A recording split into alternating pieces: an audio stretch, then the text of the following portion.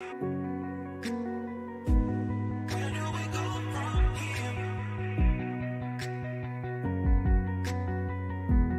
Where do we go from here?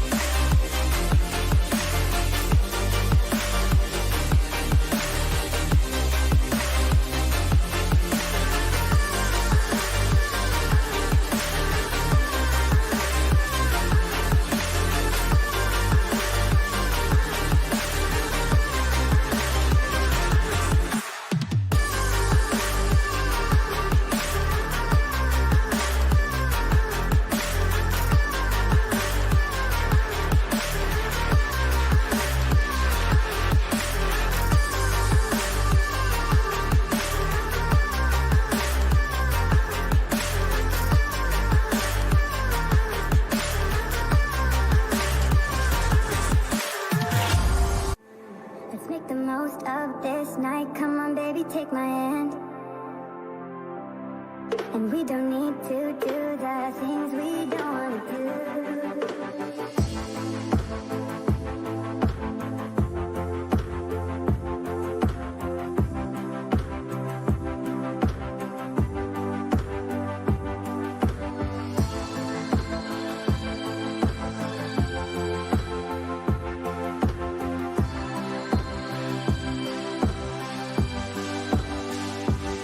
Baby, while we're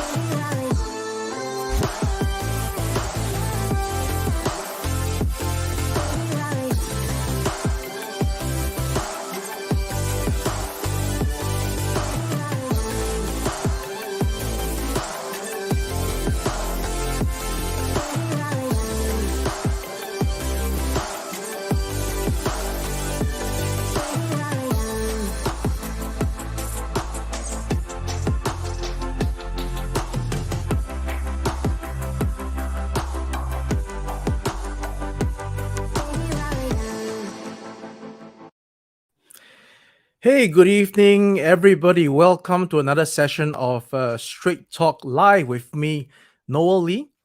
Thank you very much for joining me this evening, and I hope you are doing well. Tonight, I am very honored to be having a guest with me to talk about military national service live that we had before. He is the co-founder. Sorry, wrong. He is a co-founder for the, of course, China YouTube channel, and he is the founder, creative director, and the editor in chief of the media and marketing company called Here. And I'd like to welcome Mr. Ziv Glickman to the show. Hi, Hey, Noel. Ziv. Hey, How are you doing there? thank you for that kind introduction. Yeah, doing good. It's thanks for inviting me. When we spoke about it, I was like, yeah, this is a good idea. I never thought about talking about my days in the military, but it makes total sense. Right. I just was looking at your video on the airsoft game that you're playing in Dongguan, and it just hit me, right? Because you and I both have uh, entered mandatory national service, and I thought that this would be something interesting for us to share and have a straight talk about it for the audience, and like basically share our experiences while we were in national service. And of course, for you in particular, you actually saw actual combat, isn't it? Yeah, I did see some combat. I served in different parts of Israel in the West Bank. I was not in Gaza, but I was in the West Bank in some Mm. Palestinian cities and Lebanon. So yeah, I've seen some combats, and we can definitely talk about this. Right. Before we get into that, let's say hello to some of our audience that have joined us on this stream tonight. It's hello to Eric Ho, hello to Jay in Oz, Link, Jay in SA. Welcome to the stream, guys. Xavier, Fazil, Hashim. I hope I got that name right. So yeah, thank you so much, guys, for joining our stream, as well as MP. Right. Thank you so much. So the moderators can help to keep the chat live and lively. So Ziv, all right, let's get into the gist of it. Right, we are both men in our 40s now, right? And during our early teens or late teens, early 20s, I guess for me, I was actually doing my NS before 21 years old. I was there like 18 years old. How what age were you when you entered national service? So in Israel, we supposed to enter the military for 3 years when we finish high school. Some people have a few more months. I entered when I was almost 19, Mhm. and I left when I was almost 22. So yeah, I served for 3 years from 1999 to 2002. How about you? What year did you serve? I was enlisted in 97, 98. Sorry, 98. Yeah, 97, 97. And then I finished my service just before the year 2000. So, Ah, okay. So you did yeah. 2 years. Yeah, that's right. Yeah, and the interesting part is in Israel, everybody do it. Women too. So girls go in for 2 years, while men go for 3 years. Okay. And which vocation were you actually in while you were in army? So I was airborne. I was a paratrooper brigade, and I was when I okay. So when I before we go to the army during the last couple of years of high school, we um, we get all these tests, trials to units that we may want to go to. And as many, not everybody, but like many other guys, teenagers, I was very poised. I thought I'm going for 3 years anyway. I better just try my best to do the best I can, get the most out of it, try to go to the best units. We have we have very good units in the Israeli army, as you probably know. And I did try different units, the same units that Netanyahu was in. It's called D unit. That's actually the slang for that. Um, Mm-hmm. the Navy SEALs, different ones. But in the end, I didn't really pass all of those. I tried many of them, and in the end, I went to the paratrooper brigade, which also you need to volunteer Right. too. So those units you need to volunteer to, and Yeah, I just wanted to do my best, and my grandfather was a high rank general. So Wow. my grandfather that survived the Holocaust, he went to Israel, and he was serving in the 50s and 60s together with all the big names that you may know, Sharon and Rabin, all those famous figures. And growing up, we were raised with those values to do our best to protect our country. Right. Well, we got a picture here that you shared with us. This one over here. Um, That's a good so one. how was this picture taken? I have. That's a good story, actually. It's good that you're asking. So I think this is the first time I did a parachuting, and it's the first time you do it after 3 weeks of training, and even though you're not allowed, of course, we want to take a picture, right? So those were film cameras, right, back then, and I put a film camera in my chest inside my shirt, Oh, it's a and selfie. yeah, so when I jumped, it's selfie, but not with the phone, right? With a little, Okay. old film camera. Right. And I just took it out and I took a picture quickly, and that's this picture. So it's I kind of make a funny face, but that's what happened. Mm, okay. So that was the So it's first time I jumped. right. I did 8 times. Mm. So I mean, did you have any like fear of jumping, or was it like natural for you? I think that the fear was it's always we are always scared to like break a leg, probably. And Mm-hmm. it's very exciting, obviously, to jump from an airplane, right, in the air. um, but it's I was just scared enough to be excited. I wasn't scared to jump. Some guys are like holding the door Mm, and don't want to jump. right.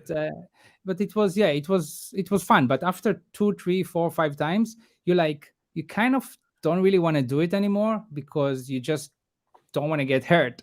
It stopped Right. being exciting. did Right. you did you do anything like that? No, you didn't do that. No, unfortunately, I didn't have a chance to try like airborne.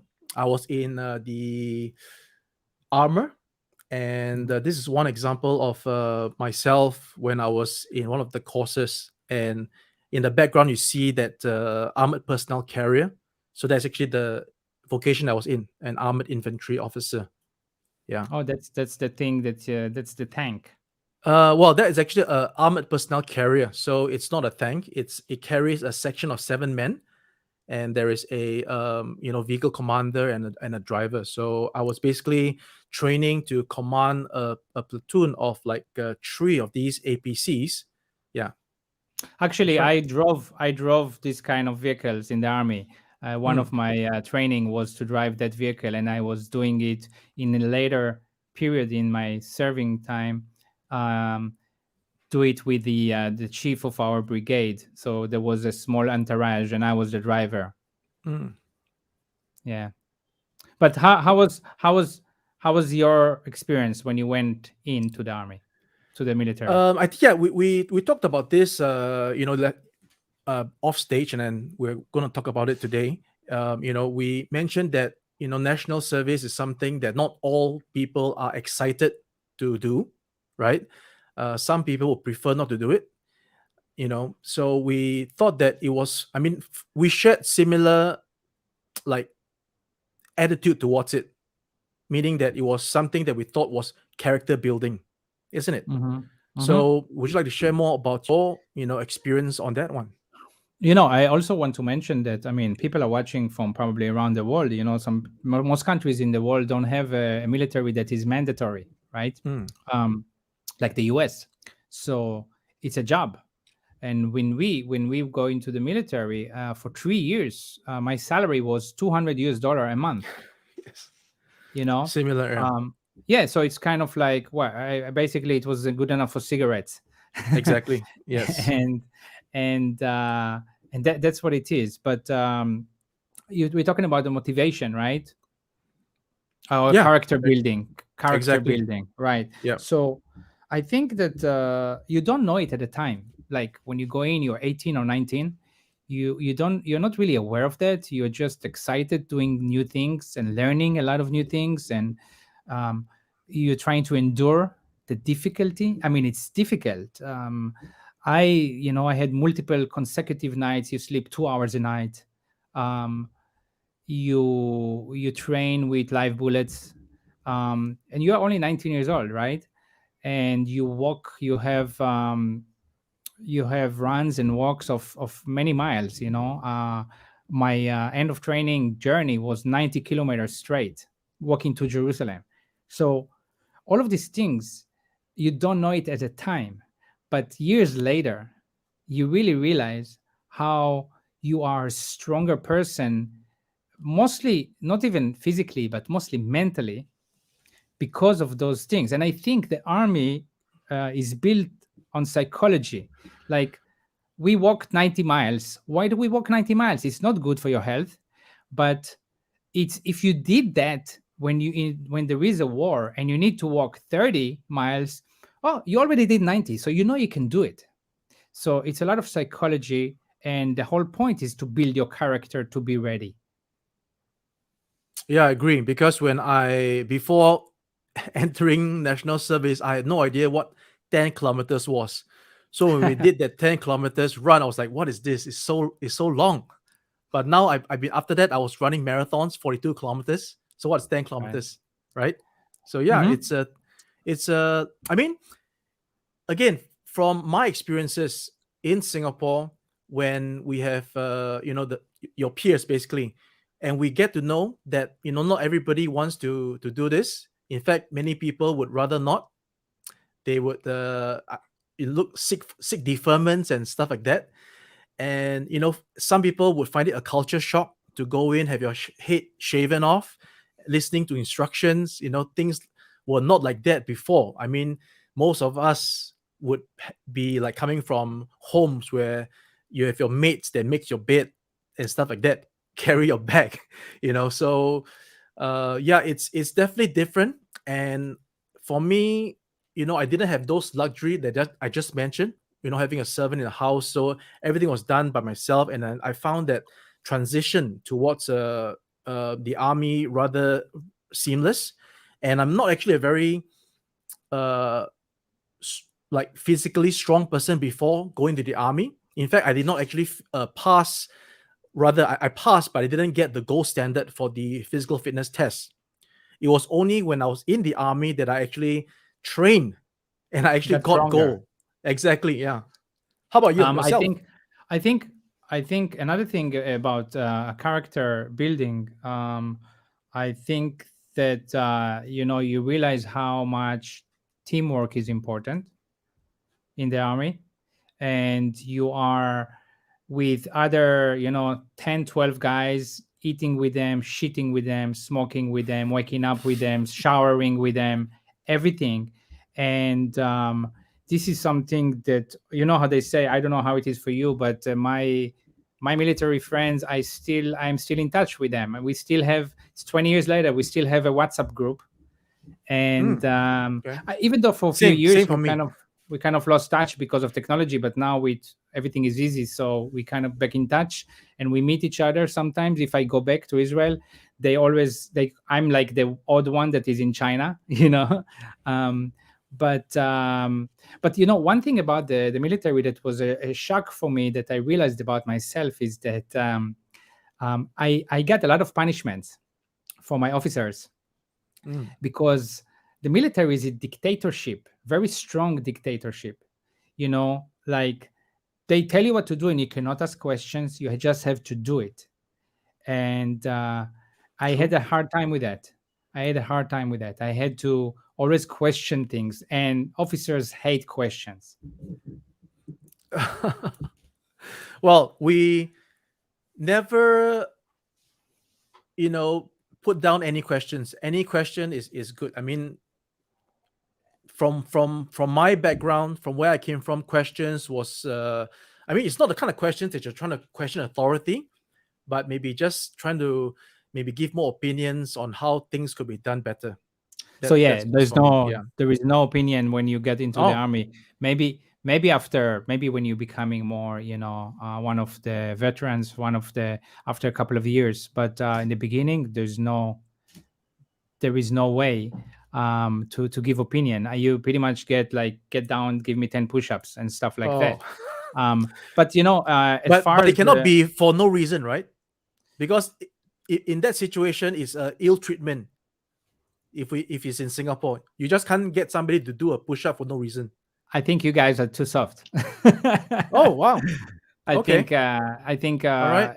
in the first year it's very tough. It's very, some things are with no reasons.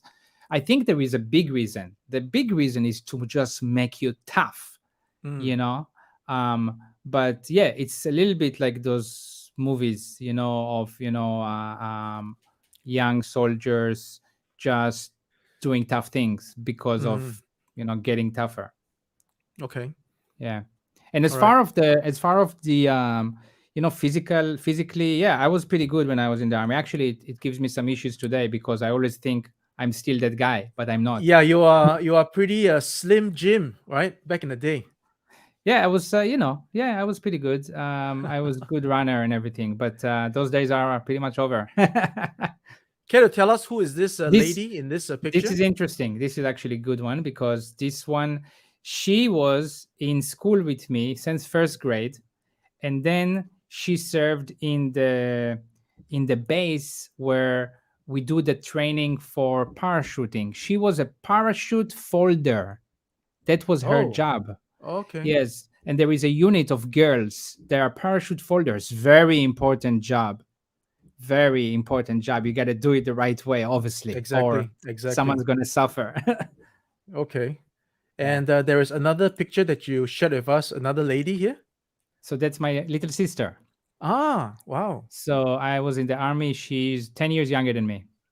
Okay. So Yes. where was I mean where was This, what was the I significance think of this I, photo?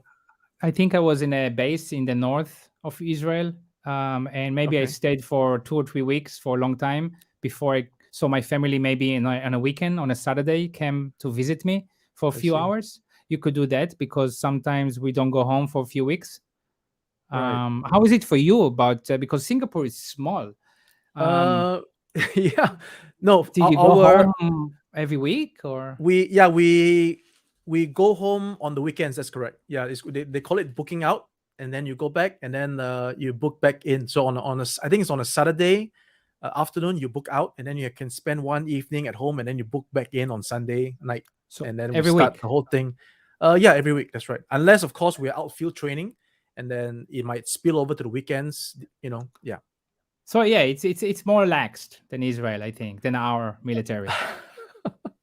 Which Yeah. actually comes to my next point, when we talk about how combat ready are we, we're training obviously for combat, and you yourself, again, I need to get your, just tell us how it was it that you actually saw, real action. Was it in this picture here, in Lebanon, you mentioned?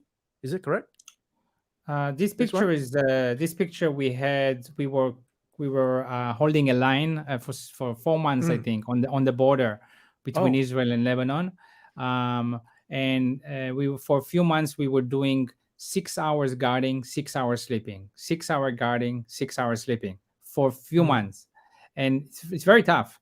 And this was not doing any combat, but we were just Oh, guarding in watchtowers, basically. okay. I this I had we had a few operations. So for example, I give you one story. Is Right. I think it was 2000, and there were some tensions with it still was Arafat back then. You remember him? Yeah. Palestinians, and we were serving in the West Bank, my brigade, and they told us we need to go and take over the city of Hebron. So take over a city. Um, and I remember that day. I remember calling my parents and telling them that I love them, and telling them that um, I cannot tell them what we're doing, but we're doing something tonight, and they can read about it in the newspaper tomorrow. Mm-hmm. um, and that was scary. Yeah, we went in with one of those, a lot of those armors, like the one in your picture. Yeah. um and it's a city, so it's like condensed, right? It's very populated, so it's a small street, and there were a lot of Mm-hmm. gunfighting and grenades and stuff like that. And then we we basically identify houses and take over the houses. Mm-hmm. um I mean, there is a whole context here, right? So I don't want, people may think, oh my God, the Israeli army is terrible.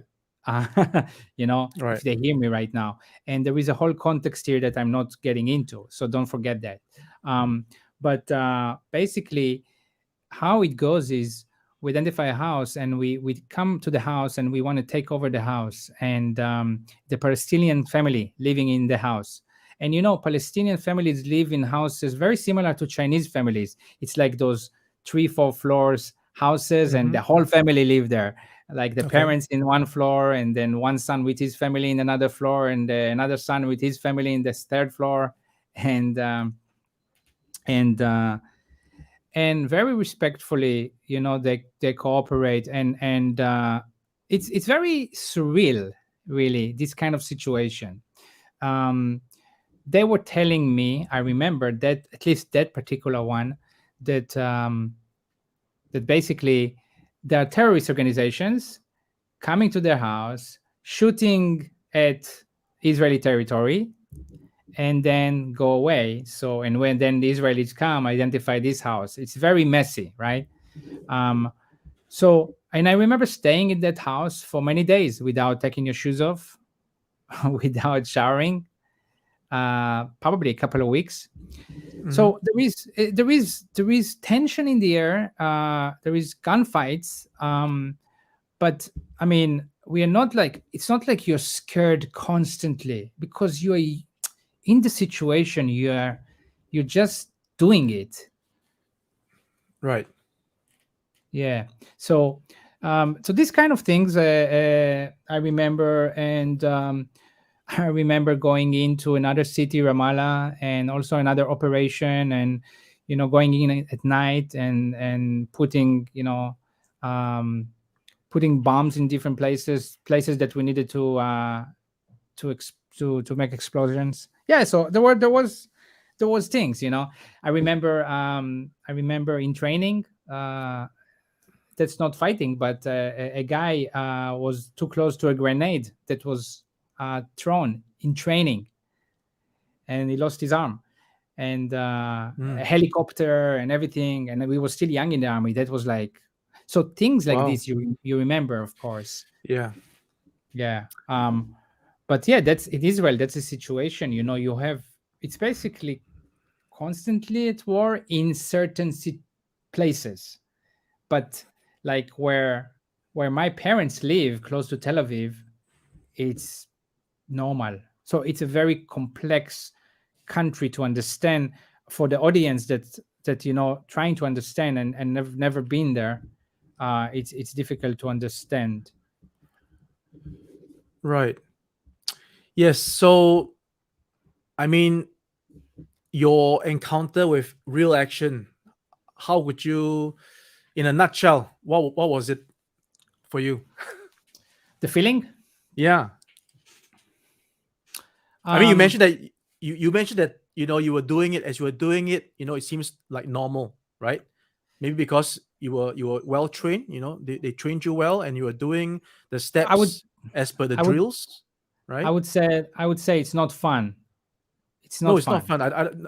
I was in the army, and I mean, we're jumping a little bit here because we talked about how people would have not served in the army are very interested in those kind of war games, right?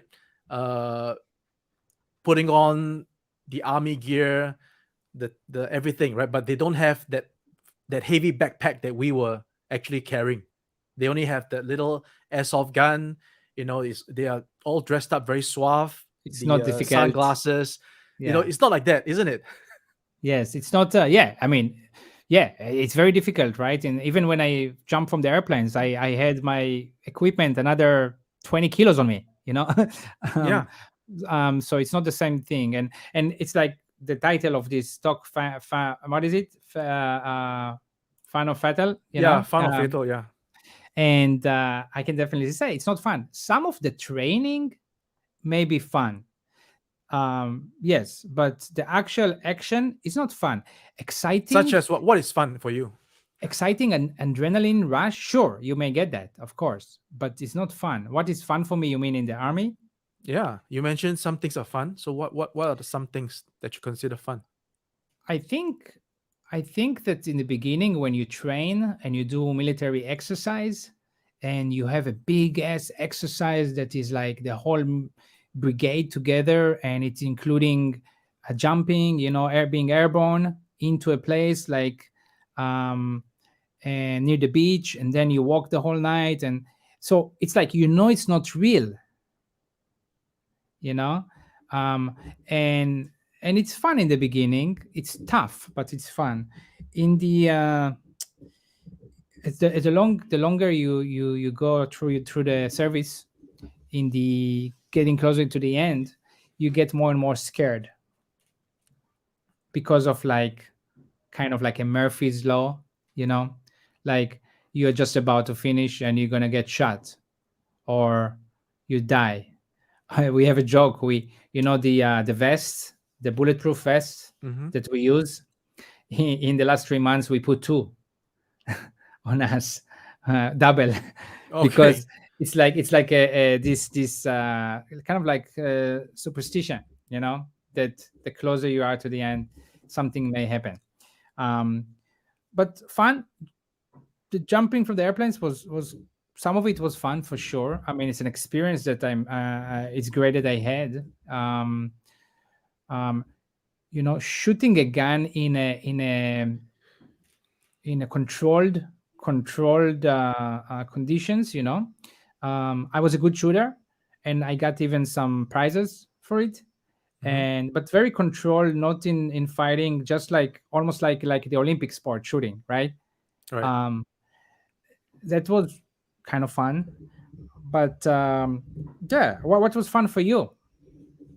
Actually, I don't consider the experience fun. I Nothing. consider it as memorable because there were obviously experiences that I couldn't have gotten anywhere else. The when the uniform was wet, when you are hot, when you are tired, I don't consider this fun, but it's a experience because, like I said again, when the people are playing the war games, they're all dressed up in the camouflage and stuff like that. They are not experiencing that other, drench in your sweat, and you're out there for a long time, and you are like walking in vegetation, or they're and just then there, and you then they're and then just you playing have it to for like an hour, continue, 2 hours, that's it, right? So and then take a yeah, it's shower. it's very different. And then you're carrying your equipment, right? Sometimes you carry more than just a weapon. And it's a lot of stuff. You're in the environment, you're also tackling what's surrounding you. And if you have mud, mud on the boots, and the boots is completely wet. It's not waterproof, by the way, right? And the Yeah, socks is wet, and everything is yeah, wet. yeah. you know And you have um blisters, and you have chafing, and you have all these things. yeah, it um is. yeah, I that's don't not see the fun. fun in it. That's not fun, but I mean, in the Yeah, beginning it's maybe exciting in the beginning, but then it's the more you go, it gets less and less, right? It gets more right, like annoyance. But another right. one thing that maybe you can consider as fun is the camaraderie. Mm. Correct. Yeah, that's one thing for sure. Right. Being with my, whether it's the section mate, platoon mates, that bond that we have while we are doing all these unfun things, was what really uh, is the lasting memories. I remember Right. one very a nice. I mean, this is a nice memory for me. I was actually digging a fire trench. You know a fire trench, right? Yep. So it's it's not easy to dig a fire trench because it's like for two people, and me and my buddy was digging this fire trench, and then we were unable to get further down because what happened was that there's a huge rock that was in the way of our position. And when we finally got that rock out, we were so relieved. It was like a high five moment. So these are the kind of stuff that I guess would be fun because we were, going through obstacles and, overcoming it. Accomplishment. Accomplishment Accomplishments, is exactly. fun. Yes. Exactly. Um, yeah. Exactly. So I mean, there is a bit of swag feeling, like when we go home with our gun, and I was in the paratrooper brigade. I have the red hat. Yeah. I have my wings that we are very proud of. Ah, You know, there we go. these Wow. wings we get after 5 times. Okay. And not many soldiers have it. So when we I go see. home, it's on our Ah, uniform. And these wings were, I think, my grandfather that I used the same one. oh, And okay.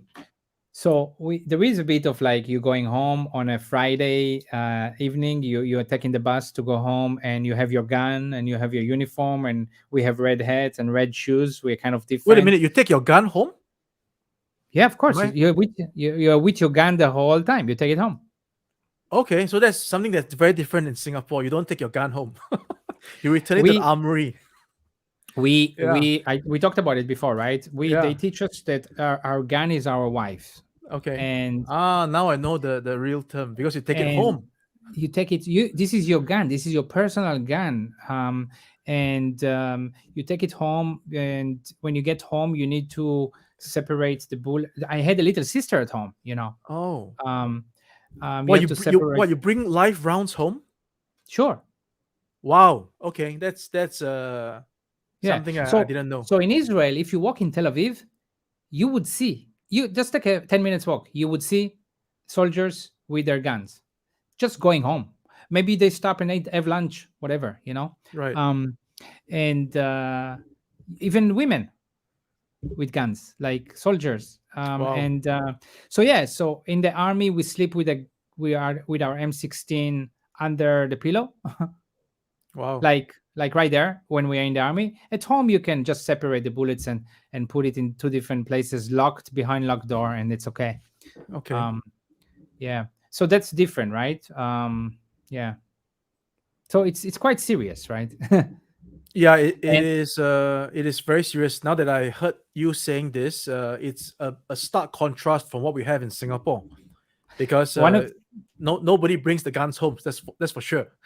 All right, and and the safety factor is of paramount importance. Yeah, every time the arms is drawn, even though we know that there is no weapon, there's no round inside, we got to do a check clear drill. but Yeah. our I remember having dreams about losing my gun, or someone take my gun from me, or forgetting it on the bus.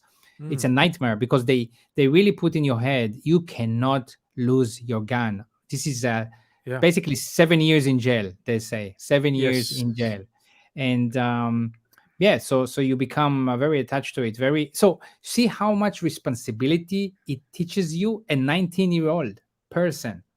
So I always say, if you meet a 19-year-old American going to college, the difference will be unbelievable. I think mostly Or I'm 19-year-old generalizing. anybody. It could be anybody, even a Yeah, Chinese person, a Japanese person, I right? guess I guess it could be anybody, right? So Yeah. I mean, in that sense, it matures us very quickly. But interesting. Even though we take the guns home, there are no many gun crimes in Israel. Okay. There are not many gun crimes. I think people learn the significance of guns, what guns mean. You know, that we don't take it lightly. Not at all. Which I guess we brings us to another point. I guess over here, because our experience is that we don't want war, we don't want fighting, we don't want to be in that situation, right? And yet we see mainstream movies serving us time after time because there is a demand, obviously, for uh, movies. I mean, if it's different if it's a movie that depicts a previous war that they're trying to, recount, right? That's Sure. different, right? That's different. But we're talking about movies where, you have like Violence. mercenaries and like the Rambo style, right? So, I mean, you were even telling me last night that what would the young people see, but like I told you before, I was also a young guy when I watched Rambo, and it didn't make me want to pick up a gun and shoot people, right? But when But you watch, but it did make me want to buy a gun to play around. You know what I'm saying? And yet we know Mm, that the ultimate end game is that if you do actually shoot people with real guns, there's gonna be people dying. And then all these movies, you have the hero, just gunning down people like nobody's business. So I mean, what's yes, your? I mean, it's just a discussion, right? I'm sure I people will think say no. The movies are obviously fictional. You have fictional stuff like ghosts and all these things, zombies. So it'll be no different. But I don't think it's different. I think there is the difference because unlike zombies and ghosts that is supernatural, guns is a real thing. I think I think it you kind of said it yourself. I think it's we like action, right? We people like watching action. They like to get excited. You don't get to do it yourself, but you can watch the screen and it still gets you excited. And you're waiting for the surprise. And I don't think there is anything wrong with that. But I think it's all about the education, right? You didn't feel like you need to pick up a gun and shoot someone because you probably had good education and good people around you, right? So maybe the wrong environments, if you people may be influenced in a wrong way, um, uh, by what watching those film and too much violence on the movies. But why I enjoy watching action movies, but Me too. Yeah. it's not like my top Yeah. favorite genre. But I think anyone enjoys, right, watching action movies. Yes, like I said, I enjoy it. Like I said, the only reason why it suddenly hit me was I was watching one of those action movies just recently, and it just hit me, right? That the hero is just gunning down everybody, and these people, they are people as well, right? I mean, without even declaring if it's the. I mean, obviously, in the movie sense, the people against the hero is the bad guy, right? But I'm just trying to like think deeper, you know. It's like just so simple, just gunning down people. That's sort of the rhetoric. I don't know. You see, someone is asking something interesting here. Is that right? Bob, Bob. Okay. Which one? do This you one? see? Yes. Okay. Question: how are PTSD or mental issues addressed by the military? That's a very good question. Okay. I think I think this is a major issue for the American army because they have been. We're not going to get into right wrong wars, All but right. they've been fighting, and the Israeli army too, because we had many wars, and we always have some kind of fighting. So um, I think that I believe it's not addressed well enough anywhere. you know, maybe maybe only in the last few years or the last decade or two, I think people are starting to take this really seriously, understanding this is a huge, serious situation. Having PTSD, I had a neighbor in my building that was used to wake up at night and scream like almost every night, um, and I don't know how the military is dealing with it now. I want to assume it's improving. Um, I think in some situation, people get medical marijuana for that in Israel. Do you know anything about it, Noel? I am not sure about that one. There's a comment here from Eric that we need to undergo checkups and tests. I don't recall me going for tests. I guess I did. I don't know. Yeah, definitely medical checkups, but Not sure about the Definitely test. a lot of Maybe. Yeah. checkups we have. Yeah. We have a lot of checkups. Yeah. Right. You also shared with me something else that maybe I just play for everybody. You can describe about what this particular clip is about.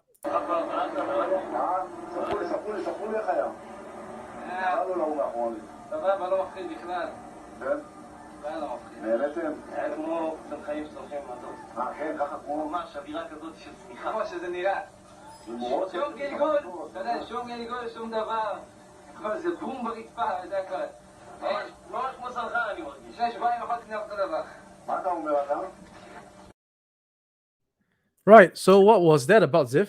First of all, it's funny to see how young I was. We were all young before. Yes, it's like kids, right? I mean, really. Yeah. Yeah. So this is, as you see, I have a big thing on my back. That's the parachute. Yes. And this is after we landed.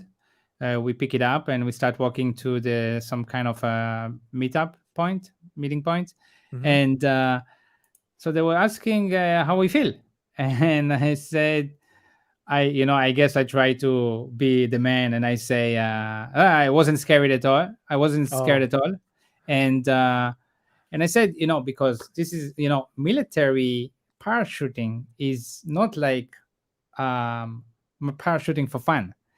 We cannot control the parachute. We cannot Mm. control it. It's the Okay. round one, and it opens automatically after 3 seconds. So Right. you jump from the airplane and you count 21, 22, 23, and then you open the modular connection that you have with your gun and maybe your water, and you Mhm. have a lot of. I jumped with an RPG. Mhm. Um, so, and then when we fall down, we fall strong. We land strong. So Hit the we ground hard. learn, because you cannot just walk like those what is it, skydiving, right? Okay. Okay. um so what I said in this clip is that in the end we just fall down, and if we did it 2 weeks ago, we would, before all the training, it would still be the same. That's what I said. But basically the whole training of that is how to fall, like Ah. how to. Yeah. Right. Right. Yeah. Same So yeah, thing that for us was. where we did the vehicle overturn drill. In case the armored vehicle overturns, we gotta get in some position to, it's just a drill, something that you do instinctively the moment it happens. That's why it's a Yeah. drill. Yeah. Right. Basically, if you do parachuting, the one most important rule is when you land, make sure your legs are together Right. and And not there's one thing open. that I wanted to point out. I mean, I pointed out to you and like to share to the audience here is that, when we are firing off real life ammos, we actually need earplugs. Unlike Yes. what you see in the movies, where you just fire off without anything, and then you can still hear each other, and you can still, talk to each other. That is not correct, because a live round is there's this, what, the noise And then I emitted told you from. that I Yeah. don't remember that too much, right? Right. Yeah. I mean, I think we had the earplugs, but I don't think we always used it. I don't have a memory of always using it. And yeah, it's noisy. Of course, it's noisy. And today I told you that I was thinking about it, and maybe my hearing problem, which I have, because I got sudden deafness in Right. my right ear a few years ago, and maybe the cause started back in the army. I'm not sure, but yeah, it's very noisy.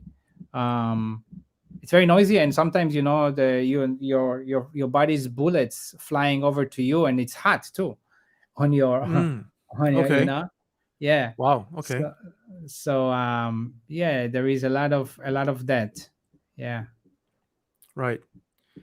And notice in your video when you were playing the war game, obviously, because there is no training prior to the people that were playing the game, there was no coordination. Right, I And was trying. yeah, you were trying. So I mean, this is something that I guess is proof that things are not as simple as they seem in the movies. You don't just go out there and start to bark instructions and people know exactly what you're saying, because when you're out in the field, nobody can hear you, isn't it? No, nobody can Yeah. hear you, right? And you can't be all like together. You got to be spread out, isn't it? So when I Um, saw your when I saw your little game that you're having, everybody was kind of close together, and hence you got people shooting you, your own teammates shooting you. So in the right. army, we call it fratricide, where you actually That's kill your own people, because you are either too close or you're mostly because you're too close, right? or Yeah, sometimes a group goes here and they go like this and they think it's the enemy, yeah, but it's exactly, and exactly. that happens, and that's Yeah, terrible, terrible. yeah. And yeah, we do a lot for this not to happen, a lot of training. But yeah, that unfortunately happens, and you can see it even when you can see the game that we did with the water bullets. but Mhm. but you could see I was trying to organize them, but I mean, in the end of the You're day, they just there is no consequences, right? Like, you're exactly. gonna get, It's for fun. It's for fun. yeah, But yeah, when they once were they were holding in behind cover, behind some oil what barrels, was it oil yes, barrels? and Yeah. stuff like that, and they were just Okay. staying there and shooting, and it's like nothing's gonna happen, guys. You Yeah. gotta you gotta do something, you gotta move, you gotta you gotta yeah. Fire and movement. Fire and movement. Yeah, but honestly, you don't need to be in the army to know that. You're watching action movies, right? I mean, Yeah. Correct. so you had some training like that, right? But actually, it is not as straightforward when they say cover me and you move forward, because the guy got to make sure he's covering you instead of shooting you, isn't it? Because you're moving Yeah. forward, he's firing, isn't it? So there's gonna be at Right. least also some know-how versus you don't just do it like that. Like I said, so guns and stuff and all these things is just not fun in that sense. Right. When Yeah. you are Someone's asking. yeah, War games. What is this all about? Maybe be more clear. I mean, this is just like paintball. right, Uh, you know, paintball guns and a bunch of guys, two teams, and you kind of it's like a simulator, like, or like laser tags, right? right. Yeah. Is it big in the in the Singapore? It's big. Well, we did have some paintball places that I knew before I left Singapore for Hong Kong and China. And way back when I was a teenager, before the army, we were playing Laser Quest, which is not pellets. It's just like a beam that you shoot, and once it hits the target, then it lights up. So that's Right. a safer way, but the concept is still the same. You're trying to shoot people. You're trying to shoot people and score points. Now, I think that the Yeah. main point we're trying to say here is that, for me at least, and I think for you the same, serving in the army kind of made me realize guns are really bad. Exactly. you Exactly. know Yeah. and when I see other guys, they're still excited about guns. I think some people visit in Cambodia, you can shoot all these crazy automatic guns, Right. or Right. some Asian countries, you can pay some money and shoot that, and people are Right. really excited. And you know what, maybe if I wasn't in the army, I was like that too, I'm not sure. But it's out of my system because I did it. Mm. um and I also know how severe, I mean, the consequences of guns. I Yeah. mean, it's very, very, very serious. And I wish we didn't need to fight, but the Israeli army is called the Israeli Defense Forces, right? So we Yes. are supposedly just there for defense, not to start a war, to defend.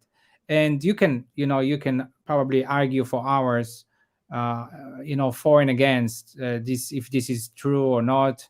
But I do wish we didn't have to have an army. We are a small country, Mm-hmm. um, with enemies all around us. Mm-hmm. And we have a thing in Israel. When I was little, um, my mom or my grandma, when someone's little, they would say, "Oh, and when you get to be 18, by then we wouldn't need to have mandatory service. We wouldn't need an army." and it's never true, right? It's always like we still need everybody to go to the army. um but but also you mentioned that some people don't want to go, Yeah, yeah, and in Israel, um there are some people, but there are consequences for not going to the army. right. uh Same in there's Singapore. Yeah. some scrutiny. First of all, uh, there could be shame in some points in life later. um there could be some jobs that are harder to get. um Wow, so is that stuff, right?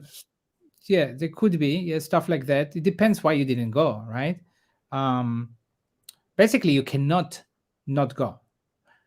You need to find some good excuse.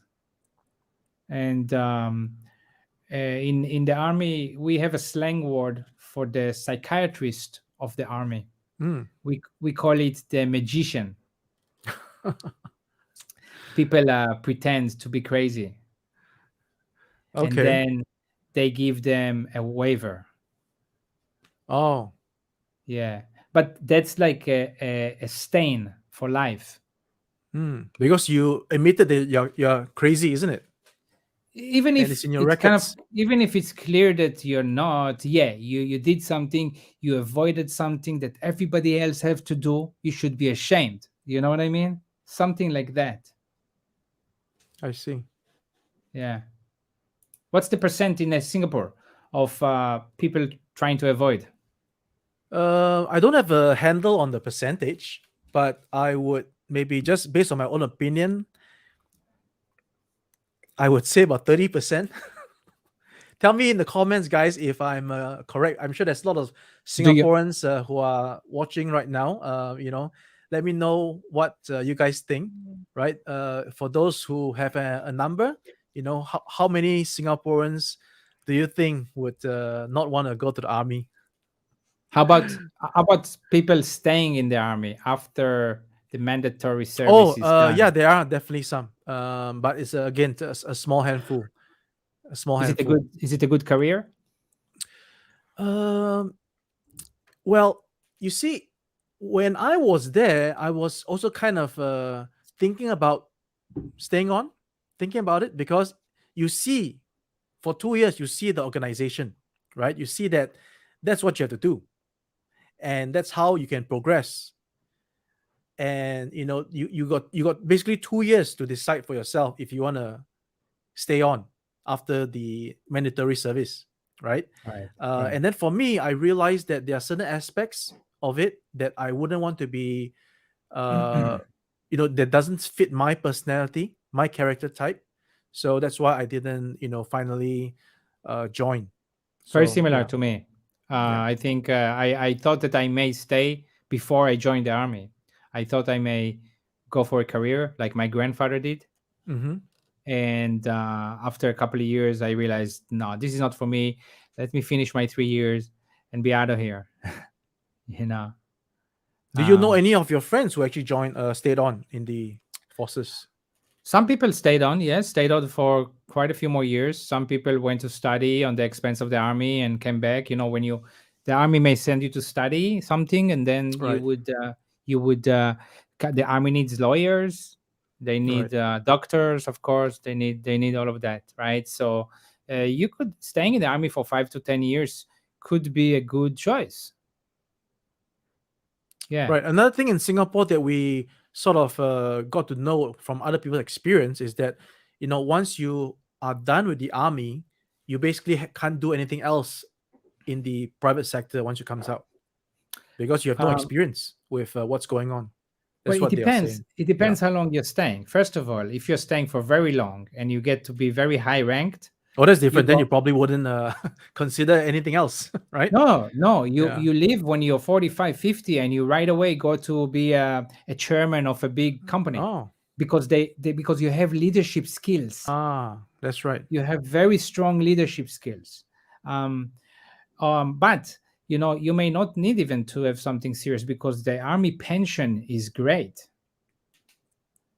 you know so yeah, army could be a good career for those that some people feel like this is very comfortable for them. This is suitable for Right. their personality, and they it's good for them that they stay. But it wasn't for me, and obviously not for you too. Yeah. Yeah, I mean it's definitely a career choice, definitely. And you have the various different arms, right? You have the Navy, the Army itself, you have the Air Force. So you can, I mean, the spectrum is abundant for you to fit what your talents are. So I think it's definitely a good career choice, as long as you don't actually go into real battle, right? Right, right. The Yeah. this Stephen is asking. I said it before, but Oh, Stephen maybe is asking how Steven? was the pay scale. The pay scale, as I said before, was about $200 per month for those that do combat. Right. For those that just do office job is like $100 per month. Um, which is funny because they actually go home every day. They actually need the money more. um, but how was your pay scale in the Singaporean army? Um, let's see. When you're talking about the military service, right? Hmm. Okay, so they pay officers a little bit more than they pay specialist soldiers. So I think I was getting about like I believe it's around $500 a month. I So think. more than double Yeah, than me. yeah. And then the specialists are actually getting less than $500 a month. So Ah, okay. yeah, Yeah. I see some people that don't like this subject. I see in the is that right? What are they saying? Let's look at some of the coup- comments there. couple of people. Yeah, what Um, are they saying? yeah, $200 a month, Steven. This is very little. Like I said before, good enough for cigarettes, and that's it. What other comments do you see that I you mentioned people are not liking? I think it was Jay. Who is Jay? Oh, okay, okay. Yeah, no worries. I think he has left the chat because he's busy. No problem, Jay. Yeah. Yeah. I mean, I think that if people don't like the topic because we're talking about the military Mm, and something that is violent, I mean, I think we're just sharing our experience, but exactly. our nuance is really that I think we are both very peace-loving people, you know, Yeah. and the army actually made me very left-wing, and a lot of soldiers get very right-wing in the army. Um, Oh, okay. but yeah, I don't know, it left me more like just understanding that conflict doesn't lead to anywhere. You should Mm, always go in diplomatic directions with every conflict. right. um so I think, yeah, we're talking about the military, but not from like, oh yeah, you know what I mean. Yeah. Exactly. Exactly. Well, we're talking Yeah. basically about what we have experienced, and contrary to maybe popular beliefs of how glamorous, well, it could be glamorous, but when you are doing the dirt, when you are, there, it's not exactly what you want to be. Again, Did it's you different. If you're high ranking, it's different. It's a different thing, right? But everybody starts from a soldier, a private, right, a recruit, and that's like, I mean, where. did you see that that Osama bin Laden operation, right? You probably watched the documentary a few years Mhm. ago, right? How they did it. I I heard mean, about it. I didn't really watch it. Yeah, I i- heard about it. in terms of military operation, and like, it's like watching an action movie, right? um some things can be, those people in those units, I think, I have a feeling that they kind of like it. Yeah, that's what I feel as well when I see some of the documentaries about the veterans and all these things as they talk about it. Then yeah, I think it fits the personality type to do this kind of thing. Yeah, they're You know what I'm just very saying? good. If to be very good at something, you gotta like it, no? Yeah, you gotta like it. Yes, exactly. Yeah, And people want to yeah. be SEALs, right? Navy SEALs. They want to go to be a Navy SEAL. They want to be a Ranger, right? The Ranger I course is a wasn't. very tough Yeah, course. Yeah. and I told in the beginning, I was trying for all these units, and I was not accepted, and they they had the right decision not to accept me because Oh yeah. I'm obviously not that guy. Not tough enough. Not tough enough. It's yeah, not not they need to know how to be cruel. They need to know how to be Yeah. super detached. So many. The mental needs to be a certain way. Yeah. But I guess in Singapore, which is a more like a peace, right? When peace times, so our personnel in the army, in the armed forces, are not exactly of the type where the kill mentality. I doubt so. Right. Most Right. of the Yeah. people, the commanders I've interacted with, they're all very, again, peace loving people, people of discipline, uh, team leaders, mentors, trying to do the best that they can and impart the skills to the next younger, Yeah.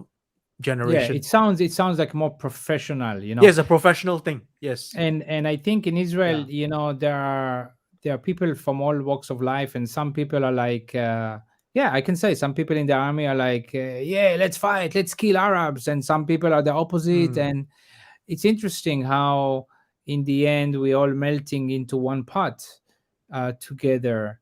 But it's good also because you can balance different opinions. You know, And I think the crux of it is the forces that actually really see combat, they get deployed and they really see combat versus those like us who are, you know, uh, training for peacetime, right? That's a real stark difference there, which is right? why I talked to you about the confidence level. If back then if I was rolling back the years when I was 19, when I was doing the national service, and if we were actually called up to action, how confident was I gonna be in the field? And I don't You think would, I'll be that confident. yeah, the confident or Yeah. not, you would I just won't have be to that do it. confident. Yeah, I won't be that confident actually. Yeah, but Because it like, doesn't it doesn't matter in the end, because confident or not, you would have to do it, and then you'll do it again and again and again. You'll get more well, confident. if you survive to do it again and again, So, right? Yeah, I yes, mean, we're talking about real bullets, right? Real bullets, and we talk about all the chances of actually self-destruction because of your own like malfunction, like accidents and all these things. yes, We have yeah, real accidents even in training, right? That, yes, that results yes, in casualties, yes, fatalities. You yes, know, right. so it's no joke. And at the end of the day, it's a profession that is really is no joke. Army is a dangerous place. Yes, Yeah. for but sure. uh, but if it's peacetime and you are able to do your job well, then there's a good career prospect ahead. That's what we see. Right. Just looking at the comments here. Right.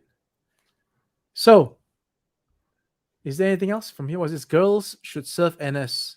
NS doesn't mean military. It can be nursing in support logistics. So in Israel, Uh-huh. girls fought for years, and there was a Supreme Court decision because girls wanted to have the opportunity to also be fighters, to also be in combat, to have equal opportunity, right? And about 20 years ago or more, yeah, there was a Supreme Court decision in Israel, and girls get the opportunity, and there are girls fighters today. They are not together with the Mm. same unit, but and also I think when I was a teenager, there was the first girls fighting pilots. So now we Mm. have pilots in the army Okay. that are girls, and I think it's great. I think some girls can be better than guys. It's some. It's not doesn't mean that all of them. Yeah. Yeah. Yeah. Yeah.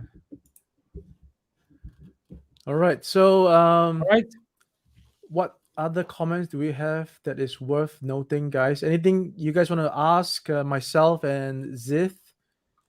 You know, it's been an interesting conversation. I enjoyed it very much. So I think Uh, you have a lot of your viewers are from Singapore. yeah, that's right. That's right. All right. Okay. I think Singapore and Israel have a very good relationship, right? Yes, we I think we do. I think we do. We have Yeah. yeah. I think you Most have of Jews. the earlier batch of armor commanders were actually trained by Israelis. There was yeah, cooperations, yeah, that I've heard about. But yeah, maybe some of your followers want to jump onto my channel and give me a subscribe. That would Right, be guys. great. Yeah. You can do it after. Yes. Right. My So my exactly. cheap So plugin. so for guys, Ziv Glickman here, he has a channel which is in the description of this video, and you can jump over to his channel and give him a like, give him a subscribe, and that'll be very nice. Yeah. Is it in the description? It's Yes, not on yes. my not on mine one. Okay. I've placed it in the description of my video. Okay. All right, guys. So I think if there's no other questions, we will wrap up this conversation of Straight Talk today. Again, I thank Ziv for the opportunity to have this discussion with him. Ziv, thank you so much. It was really refreshing and a bit of a throwback to back in the day when we were young and not so dangerous. But you were. I I would say I really enjoyed having a more than an hour long YouTube discussion without talking about China. Oh yeah, we didn't talk about China. This is great, no? Don't have Yeah, to talk definitely. about China always, you know. Exactly. Yeah, yeah. Right. So thank you for inviting me. Right. Um, yeah, and Any hopefully, last words? Any last things you want to talk about before I put up the outro? And you guys can also all right, maybe stay on. I'll be showing you guys a short video, 1 minute video of Ziv's here a magazine. You guys can check it out after that in the so outro. Yeah. maybe a good way to finish this. I would say I would tell a short story. When Okay. I Great. because my Israelis have to do a mandatory service, and Okay. my son, my wife is American. My kids have American passports, and I didn't get Israeli passports for them. Mm. And when I was 25, already in China, when someone asked me, "Would you want your kids to go to the army?" I said, "Yes, yes, of course." I did it, you know. But after my son was born, and nowadays I say, "No, no way. Why? Why should they go to the army? Better they don't." So I don't need to, if they have an American passport, they live abroad anyway, they don't have to go, right? If they choose to go, they can go. But this is just showing, I think, maturity level. The more mature you are, the more you understand violence is not good, and life is very precious. So anyway, thanks for watching. All right. That's with that. Again, life is precious, guys.